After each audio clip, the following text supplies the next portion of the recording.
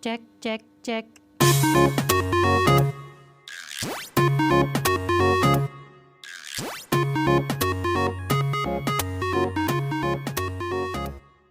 Hey, hey, hey, ketemu lagi bersama saya, Mam Vivin di channel Pins Idea.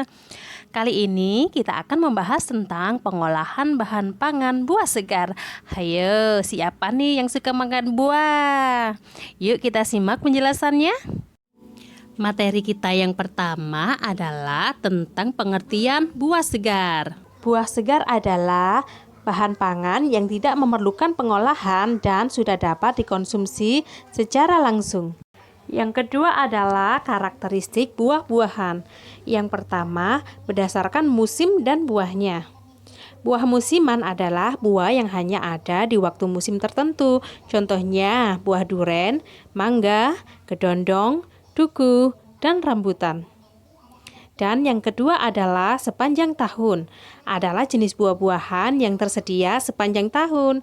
Contohnya adalah nanas, pisang, pepaya, jambu air, markisa, dan sebagainya. Selanjutnya adalah berdasarkan iklim tempat tumbuhnya.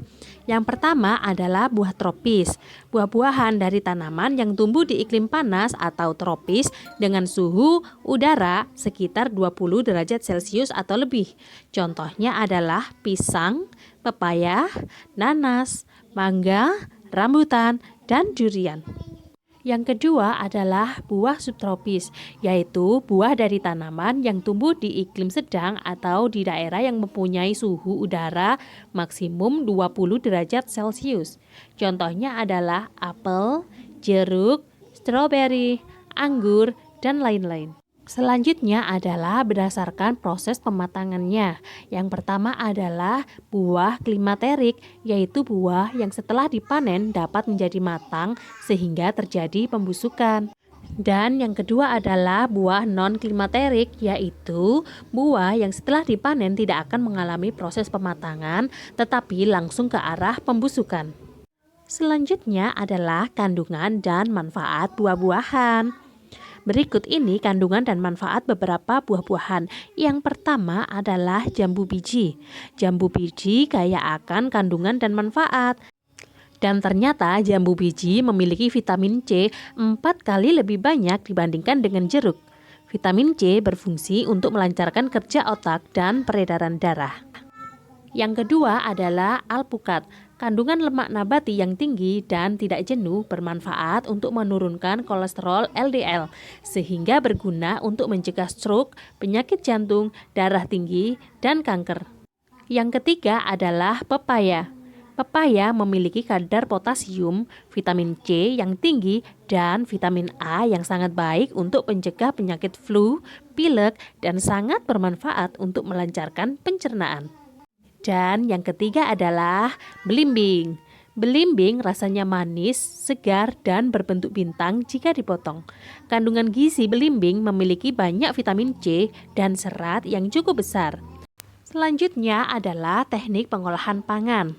Teknik pengolahan pangan panas basah meliputi teknik merebus, adalah pengolahan bahan makanan dalam cairan yang sudah mendidih. Yang kedua adalah teknik mengukus. Teknik mengukus atau steaming adalah memasak bahan makanan dengan uap air mendidih. Dan yang ketiga adalah teknik mengetim. Teknik mengetim adalah memasak bahan makanan dengan menggunakan dua buah panci yang berbeda ukuran. Salah satu panci berukuran lebih kecil. Dan yang selanjutnya adalah teknik pengolahan panas kering. Yang pertama adalah teknik menggoreng dengan minyak banyak atau deep frying, yaitu memasak bahan makanan dengan menggunakan minyak yang banyak sehingga bahan makanan benar-benar terendam sehingga memperoleh hasil yang kering atau crispy. Yang kedua adalah teknik menggoreng dengan minyak sedikit, atau disebut juga dengan shallow frying, yaitu mengolah makanan atau proses menggoreng yang dilakukan dengan cepat dalam minyak goreng yang sedikit pada wajan datar. Dalam shallow frying, bahan makanan biasanya hanya satu kali dibalik. Yang ketiga adalah teknik menumis atau sauteing, adalah teknik memasak dengan menggunakan sedikit minyak olahan dan bahan makanan yang telah dipotong kecil atau diiris tipis yang dikerjakan dalam waktu sebentar, cepat, diaduk-aduk serta ditambah dengan sedikit cairan atau air sehingga sedikit berkuah atau basah. Yang keempat adalah teknik memanggang atau baking, yaitu pengolahan bahan makanan di dalam oven dengan panas dari segala arah tanpa menggunakan minyak atau air. Dan yang terakhir adalah teknik membakar atau grilling, yaitu teknik mengolah makanan di atas lempengan besi panas atau di atas panci datar yang diletakkan di atas perapian langsung. Selanjutnya adalah teknik pengolahan pangan lainnya.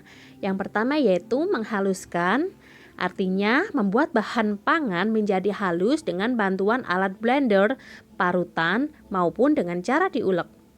Yang kedua adalah mencampur, yaitu menyatukan bahan pangan menjadi tercampur rata. Yang ketiga adalah menyaring atau memeras, yaitu membuat bahan menjadi halus dengan alat penyaringan, baik dari saringan kawat atau kain penyaring, supaya diperoleh cairan yang jernih. Dan yang terakhir adalah tidak dimasak. Bahan pangan ada yang dapat dimakan mentah atau raw food, umumnya yaitu buah dan sayuran dimakan tanpa dimasak. Nah, sahabat, itu tadi adalah penjelasan singkat tentang pengolahan bahan pangan. Semoga informasi yang saya sampaikan bermanfaat bagi kalian semua. Dan jangan lupa subscribe, like, comment, and share. Terima kasih.